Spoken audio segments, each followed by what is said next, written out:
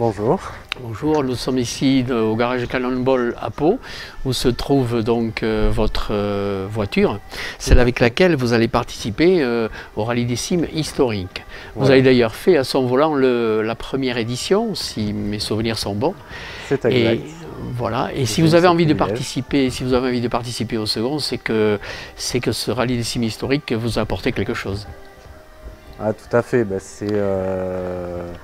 C'est un rallye dont j'ai beaucoup entendu parler de par ma famille, que j'ai suivi à distance n'étant pas à Lic, mais voilà, qui fait partie de l'histoire de notre famille. Et donc il est vrai qu'on suit souvent les actualités, qu'on regarde un peu ce qui s'y passe. Et c'est à cette occasion que j'ai vu que le Rallye des Cimes avait en préparation une édition historique. Voilà, donc je me suis aussitôt mis en quête au départ d'une Jeep, puisque ma famille était plutôt Jeep à l'époque, l'est encore, mais avec des modernes. Mais par le plus grand des hasards, je suis tombé sur ce buggy Moncorgé, et c'est comme ça que j'ai fait...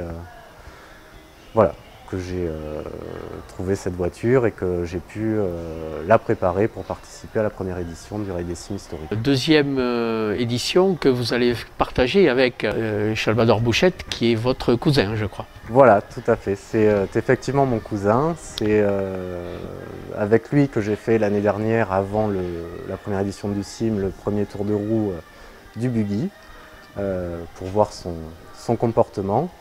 Et donc, bon, l'année dernière, il ne pouvait pas, mais je lui ai proposé de faire ensemble l'édition suivante, ce qu'il a accepté. Donc, voilà, nous devrions avoir le plaisir de courir ensemble, enfin de participer ensemble cette année. Et c'est bien, puisque c'est d'ailleurs avec lui que j'étais pour la première fois monté sur un engin motorisé dans le jardin à Lic de la maison d'Arnaud et Jacqueline. Il avait à l'époque une petite moto à essence.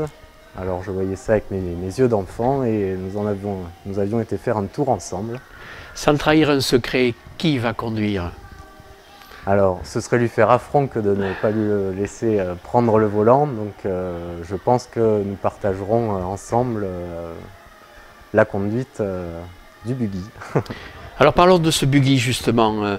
Il porte le nom d'un constructeur qui a inscrit quand même son nom au palmarès du Rallye des Cimes. C'était en 1973.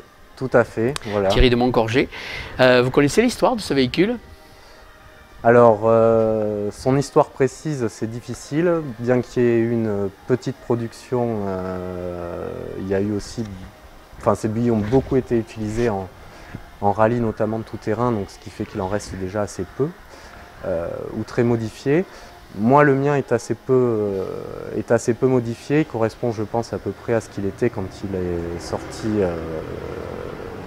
d'usine, si on peut dire. Et ensuite, je pense qu'il a été utilisé en tout-terrain, puisqu'il avait un arceau qui était utilisé à l'époque en tout-terrain, un train avant à pivot, enfin voilà, des montages que l'on pouvait voir sur les buggy d'époque. Oui, c'était des bases Volkswagen pour la plupart. Principalement, ouais. Sur ces premiers buggy, effectivement, c'était des bases Volkswagen. Y compris la motorisation? Alors, y compris la motorisation, sachant qu'on y greffait quand même souvent des moteurs Porsche. C'est d'ailleurs le cas en 1973 lorsque Thierry de Moncorgé a remporté le Rallye des Cimes. Il avait quand même pas mal modifié son buggy voilà, pour pouvoir arriver à la victoire. Et je sais qu'à cette époque-là, il était monté en Porsche. Après, il en commercialisait, je pense, sous moteur Volkswagen, plusieurs puissances disponibles et plusieurs finitions aussi. Mais le moteur qu'il équipe est un Volkswagen, celui-là. Là, voilà, c'est un Volkswagen 1600 double admission, voilà, légèrement préparé, mais la préparation est faible puisque je crois qu'il y a un volant moteur allégé et un carburateur double corps Weber, voilà, qui est une préparation qu'on pouvait voir aussi à l'époque, mais qui n'a rien d'extraordinaire. Mais il marche tout à fait bien. Alors, quelle sensation éprouve-t-on quand on est au volant de véhicules anciens comme ça? Je pense que c'est déjà un privilège et c'est ensuite un grand plaisir. Ces véhicules correspondent à ce qu'on pourrait appeler ou définir comme l'âge d'or pour moi des véhicules. Voilà, ce sont des véhicules sur lesquels on pouvait travailler sans avoir de très grosses connaissances approfondies en mécanique.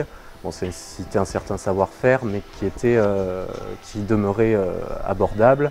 Il suffit de voir le nombre de modifications effectuées sur les Jeeps à l'époque. Voilà, et qui n'étaient pas modifiés que par des professionnels. Ensuite, voilà, ce sont des véhicules au travers desquels je trouve que l'on le ressent, que ce soit des pistes, que ce soit la route, l'odeur, voilà, d'essence, le bruit. Aujourd'hui, il faut dire que la plupart du temps, tout est aseptisé. On commence même à toucher à la Formule 1.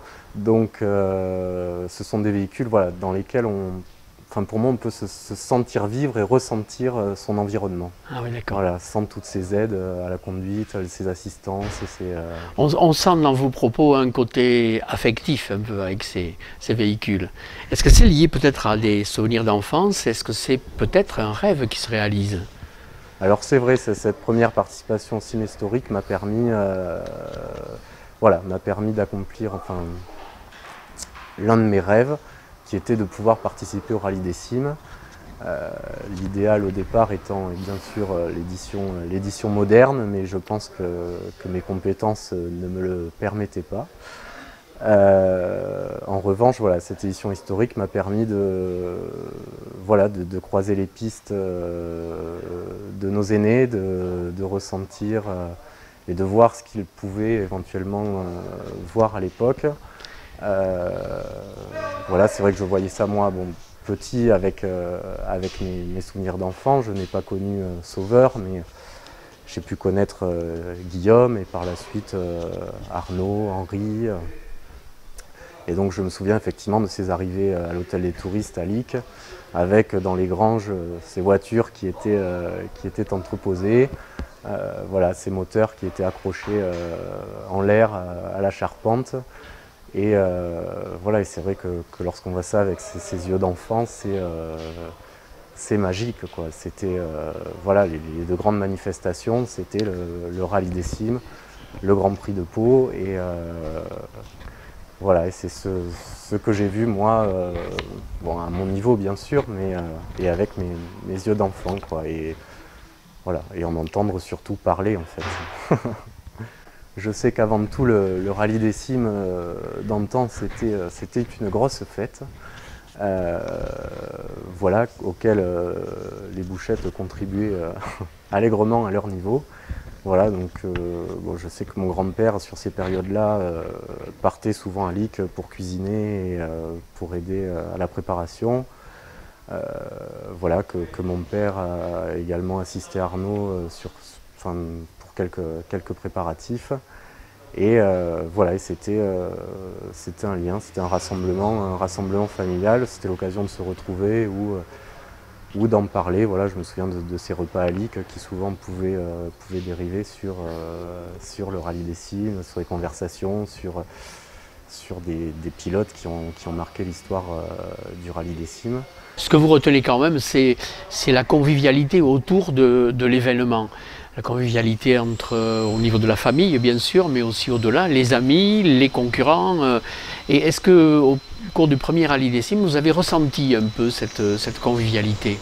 Tout à fait, ça a déjà été pour moi un privilège de côtoyer des pilotes dont j'ai entendu parler, mais que je ne connaissais pas, tel Jean Ayert, tel Yves Paciodi, enfin des noms qui ont marqué l'histoire du rallye. Thierry de Moncorgé, que j'ai pu rencontrer à cette occasion, en lui présentant l'une de ses créations. Je vous dis, pour moi, je n'ai pas d'autre mot que de dire que c'était magique. On m'a toujours dit que la volonté de Sauveur Boucher, c'était de désenclaver la Soule, de faire connaître son pays et ses terres, et au travers de la convivialité. Il avait, m'a-t-on dit, un certain nombre d'idées à la minute, qu'il n'a pas toutes concrétisées, mais voilà. Mais je pense que la convivialité chez Bouchette, ça a toujours été quelque chose d'important, que ce soit à Lic, que ce soit pour nous à Pau au travers de l'hôtel-restaurant, puis du restaurant de mes grands-parents et parents. Il y a toujours eu cette convivialité voilà, chez Bouchette, et je pense que ça se ressent et que ça s'est ressenti au travers du rallye des cimes. Et ça m'a touché parce qu'effectivement, outre les rencontres, ça a permis de discuter avec des gens passionnés, avec des gens intéressants. Voilà, et de ressentir déjà, voilà, de pouvoir traverser ces montagnes et cette terre basque avec ces vieilles voitures, c'est encore une fois magique.